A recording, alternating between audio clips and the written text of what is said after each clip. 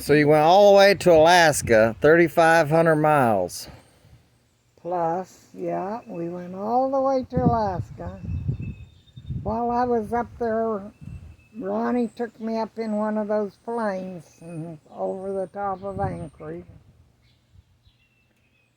That was neat.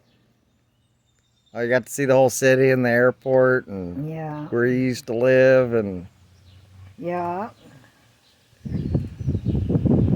Where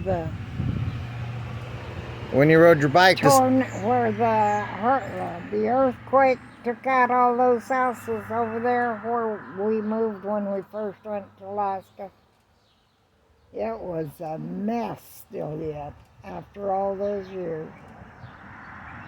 you went in 64, right? 65?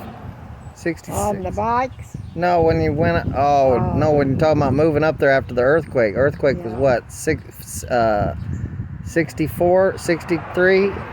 I think we went up in 63. I can't remember. That was a long time ago. You rode up there in a Firebird and a Chevelle, right? A Firebird and not a Chevrolet. Bonneville. I don't remember. I think it was. I know we had the Firebird because Daryl and Greg drove the Firebird.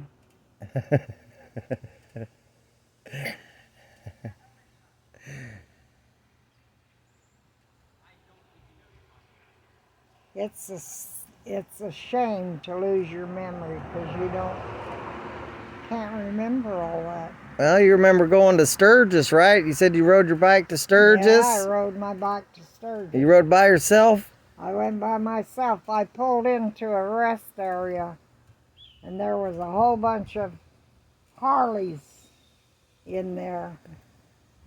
And they harassed me. And I told them, I says... Because you were on a BMW? Yeah, well, because I was a woman on a BMW. Oh, a woman on a bike, okay. And I says, well, if you want a good bike, trade that junkie. And I used to ride a Harley when I was just a kid. And I'm telling you, I know the difference. This is a good bike. I can go with you and you'll run out and I'll still be going. They got mad at me. This one guy says to me, he says, you better walk with me or these guys are going to be picking on you. And I says, I don't need to walk with anybody. I'm just going to get a drink of water and go to the bathroom and I'm out of here. That's what I did. And you just left? Huh? Or you found another camp spot to go to? Oh, it wasn't a camp area. It was a rest area. Oh. We pulled into. Those Harleys used to catch up with me on the highway and they'd ride on either side of me for a long time. Then they'd pull forward, the next two would pull up. Finally, they'd all go by me. Sometimes it would leave my knees shaking like an... Mean old bikers, you wasn't sure, huh? What are they going to do? Well, they weren't exactly nice-looking guys. They were pretty good. That was down here on, not 40, but, well, I guess it was 40. That was the time I was going to Indianapolis. First up. I've had some experiences, that's for sure. I went out west one time and I couldn't find a camp area, so I pulled into it was a pretty good sized rest area, and the police guy came in there and he says, what do you think you're doing? And I says, I'm going to put up my tent and sleep here. I'm tired and I can't go any farther. He says, you can't camp here. I says, where do you think I'm supposed to go? There's no camp areas. I've been hunting for one. He says, all right, put up your tent and I'll go by every half hour to make sure you're all right. He went by every half hour all night long. All right.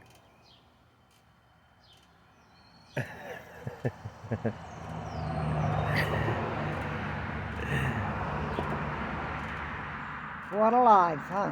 The highway was my home. I know you went out west every summer on that bike to Yeah. Utah.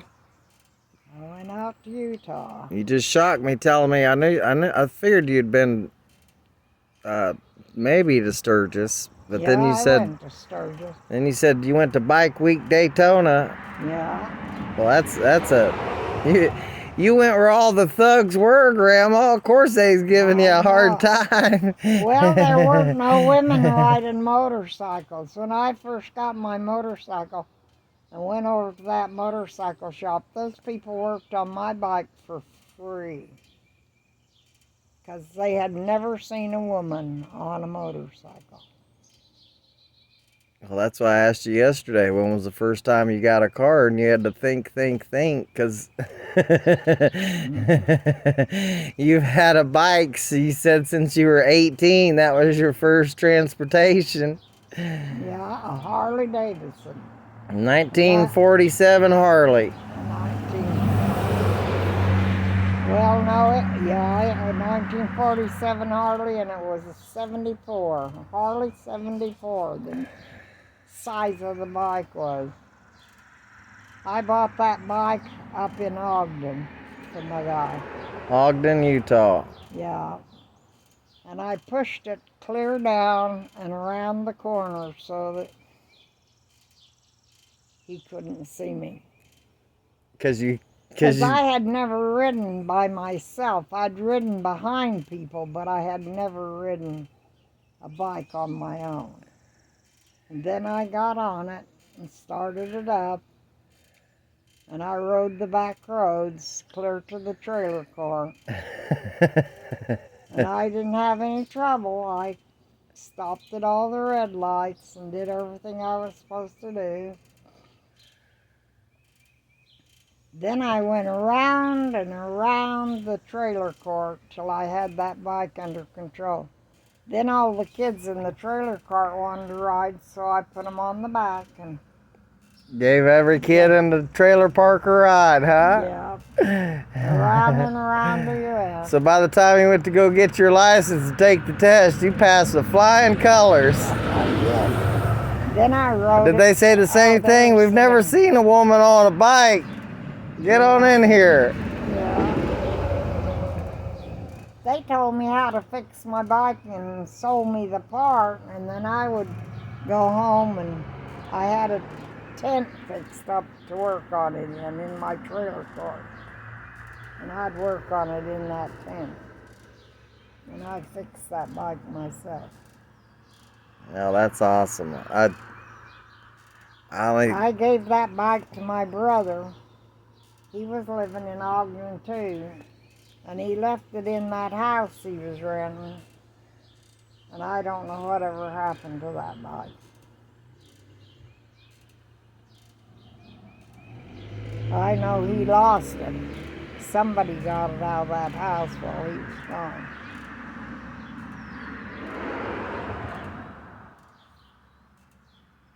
Jimmy's been riding his to work.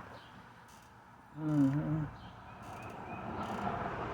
I've seen pictures of him from behind. I guess Tanya snapped shots of him driving it.